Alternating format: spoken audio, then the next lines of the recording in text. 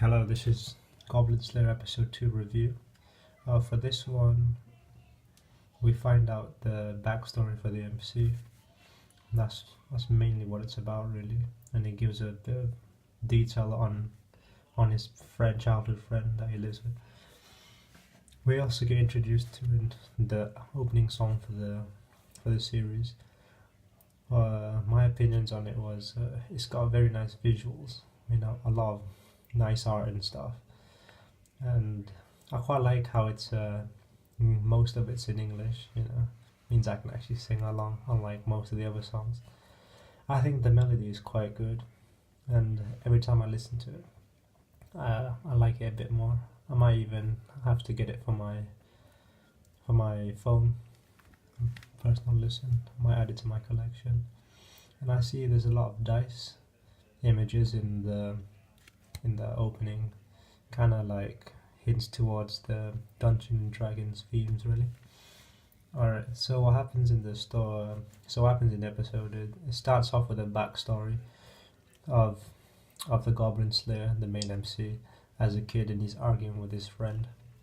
And then she goes off to the city center to go get some things for him. And then that's just what really happens.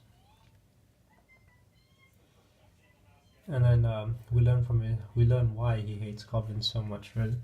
The reason why he hates goblins is because goblins raided his village and killed his family and raped his elder sister, which he dearly loved. And he saw everything through like a little crevice of I don't know where it was hiding, but he saw everything. So his hatred for goblins, we understand why he hates them so much. It's really it's a bit of revenge, really, but it's quite an interesting concept of his hatred, really. The way he describes goblins, how if you let one escape, they grow experience and become stronger. And the way he describes himself, he's kind of like a goblin's goblin. So like he's the goblin that got away and then got more experience and got stronger. So in a sense, yeah, he's the goblin's goblin. That's why he's the Goblin Slayer, I guess. That's pretty funny. So we learn about his friend, the girl. There's a bit of fan service, which was quite nice at the beginning. Very nice art, I guess. Yeah. And then we find out he lives with her and her uncle in just like a cottage, which is alright. And he also doesn't take off his helmet, so he just lifts up his chin and eats. So we don't really see his face yet. It's alright though. Oh, yeah. But speaking of his uncle, I think his uncle is, I would say, is pretty ungrateful, really. If he pays the rent, he doesn't really make a fuss. So like, I don't know why he's being all moany about, really. His uncle is just ungrateful, I'd say. But then I've also noticed some things about the MC. Like, he's kind of a quiet kind of guy, really. So when his friend and him are going to the city center of the town, I guess, really, and they're like just walking along, she's asking him all these questions, and his answers are really like one-worded answers. So like yes, no, and like it's really like a one-sided conversation. It goes on for a while as well. But then there's a massive contrast when he starts talking to the receptionist about goblins. He goes into such detail, and he just keeps on talking and talking. It's a massive contrast from his short, quick answers, whereas he gives very detailed, long answers. So anything goblin related, he seems to be very passionate about, and kind of his purpose, really. So yeah, big contrast between the two. And then there's also a bit of a hint that the receptionist kind of has a thing for the Goblin Slayer, as she blushes, or it might just be appreciation for like lower class jobs that he takes on. We're also introduced to some other silver ranked adventurers. Especially, there's a lot of focus on the warrior guy with the spear who's hitting on the receptionist.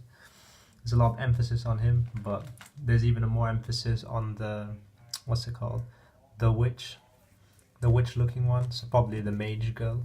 There's a lot. So there's probably some. She seems quite important to the story, but we'll find out as it goes along. And then what's next? And then so he's at the guild, and he accepts more goblin requests, and then we see this old guy like trying to, trying to hire some. He's trying to hire a quest to kill some goblins, and then the thing is he's kind of poor, so he doesn't really put that much money. So it's kind of, the whole system is kind of messed up. So basically, there's really no incentive to go hunt goblins, even though there's quite a surplus of goblins around, as the reward for it is quite small. That's why higher ranked adventurers such as him and other silver ranked adventurers don't even bother to do those kind of quests, because they think like it's below him. So they kind of look down upon the Goblin Slayer because he does these kind of quests, whereas the other silver adventurers go on more quests and fight against higher skilled monsters, I guess. He seems to have quite a notoriety in his guild, notoriety. Oh, I don't know how to say it, but yeah, in the guild, as everyone like kind of looks at him as they're beneath him, even though they're the same rank. Yeah, so he goes on another quest to go hunt some goblins, and this is the part where he goes to the castle, and then in the anime we can see someone getting burnt and like some girls getting raped, but the difference between the anime and manga here is the most notable thing in the episode. So the scene we don't see is a guild, a group of adventurers go beforehand to go fight the goblins there. So they're like a group of 4 girls, and the scene that we don't see is them attempting to go and destroy the goblins, but they all get beaten. And in the anime, all we see is the aftermath of that, really, with the burning cross person and the girl getting raped, really. And what I thought was good was the way the healer, I should start learning the names, but the way the female healer, she uses the defense barrier as kind of an offensive spell to like block the goblins from the fire and let them suffocate, which I thought was quite imaginative and creative, which he also hints when he says imagination is also a weapon to be using. So I thought that was pretty good. So yeah. And then we also get a quick look at the moon as well, which is green and red. It might be a hint towards something, but I don't really know yet. So the main difference in the manga would be the scene with the 4 girls, group of adventurers that go before them, but they ultimately lose. And there is also a bit more detail, and it's a bit more fleshed out in the backstory, but that's about it. So the adaptation's going so well so far. As for the ending song, it was just meh, really. There was a lot of CGI, so I'm not really a fan of CGI. Song, we'll see, it might grow on me. So I would say for episode 2, I'm still quite excited for it. Still looks promising. I can't wait for the next episode, really. And then right at the end, there was also a little teaser for the next episode, with the lute guy singing this tale of the Goblin Slayer. I always find these kind of things quite fascinating when they're just like singing about things, you know. Gives you that medieval vibe, really. It shows us